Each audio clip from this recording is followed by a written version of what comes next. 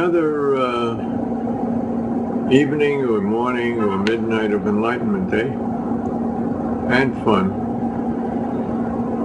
George Carlin left the planet recently, and going through his stuff, did a vast amount of great material. I found this, and I illustrated it. Can you see it? Should I move it? Yeah, no, I have it. You have it all. All right. This is a short but true George Carlin's History of America. Howard Zinn did a History of America, People's History of America. It's a great book. This is a compliment to that.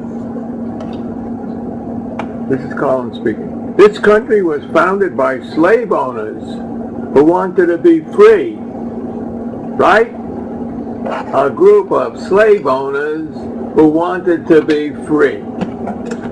So, they killed a lot of white English people, in order to continue owning the white English people's black African people.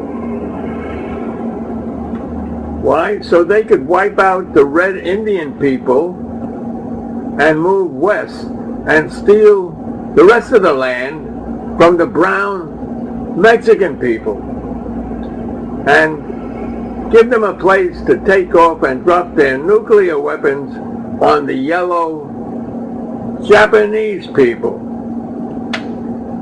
You know what the motto of this country ought to be? Yes. You give us a color and we'll wipe it out. And this country is continuing, unfortunately, in that grand tradition.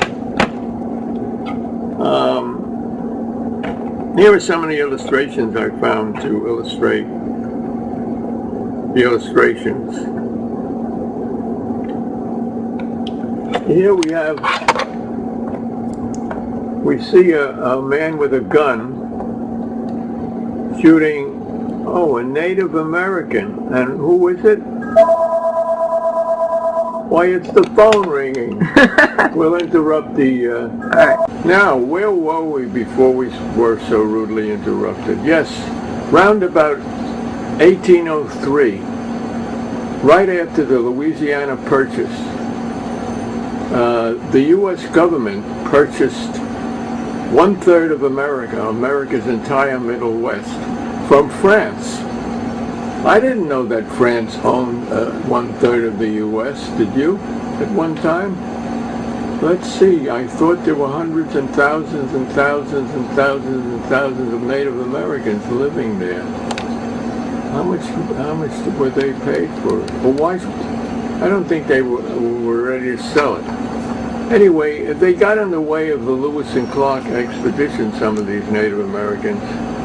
So Captain Lewis, this is titled Captain Lewis Shooting an Indian. And it's from the same period that their books came out, their account came out. And if you look in the distance, you can see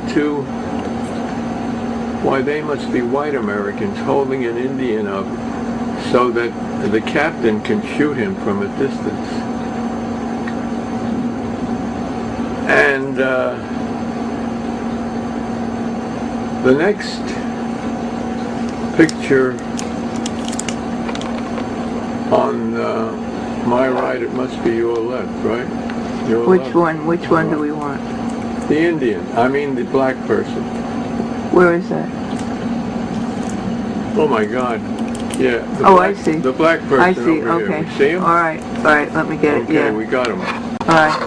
And the legend underneath says, "Am I not a man and a brother?"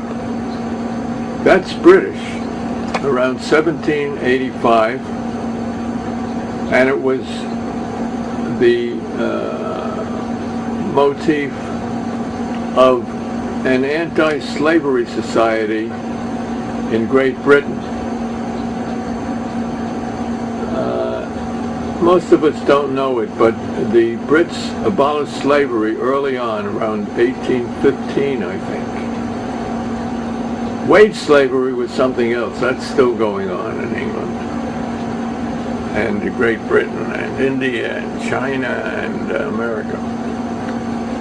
As a matter of fact, the white slave owners of the United States of the South used the Bible as proof of their validity, because in the Bible there are slaves. Jews owned slaves. Can you imagine that? That isn't nice. And when people in the North protested about the slavery in the South, some of the southern plantation owners had a great answer. They said,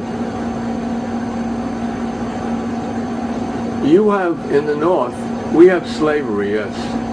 And when there's no work, like in our winters, we feed our slaves. But in the North, you have wage slavery. And when the wage slaves are not producing anything, you don't feed them. They go out in the street. They have nothing to eat. Sort of an interesting argument. And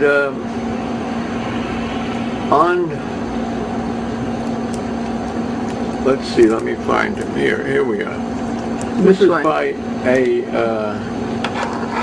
woman, Chicano artist. Her name is Yolanda Lopez. She still works as an artist and teacher, I believe, somewhere in the Southwest or California. Well, California's almost the Southwest. It's 7 minutes. It is? Yeah. Who is the illegal alien pilgrim? And here we have this is later on. This cartoon from the cover of the Old Life magazine for December 28, 1899 was captioned, "Our expansive uncle, but it's only temporary."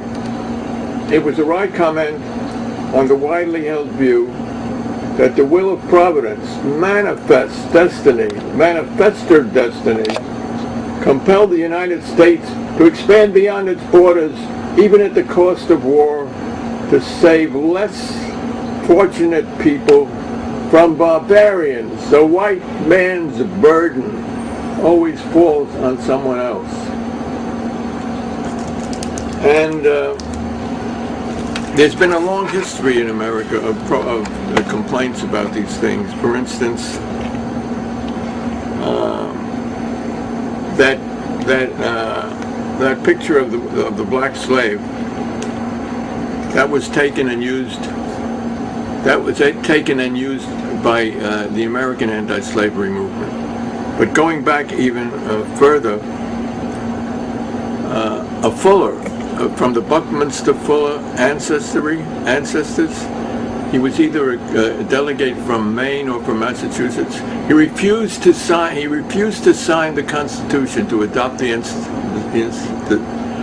Constitution, because it allowed and made prosper slavery for a country fighting for freedom, supposedly. And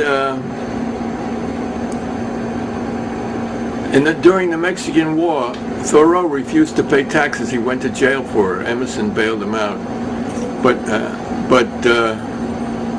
And Mark Twain opposed the Spanish-American War. We have 1 minute left? At 40 yeah, that seconds. might be how much we have left to save this country. So, what are you going to do about it? We do whatever we can. Maybe you could do. You got any ideas? Okay, good luck. We'll all need it.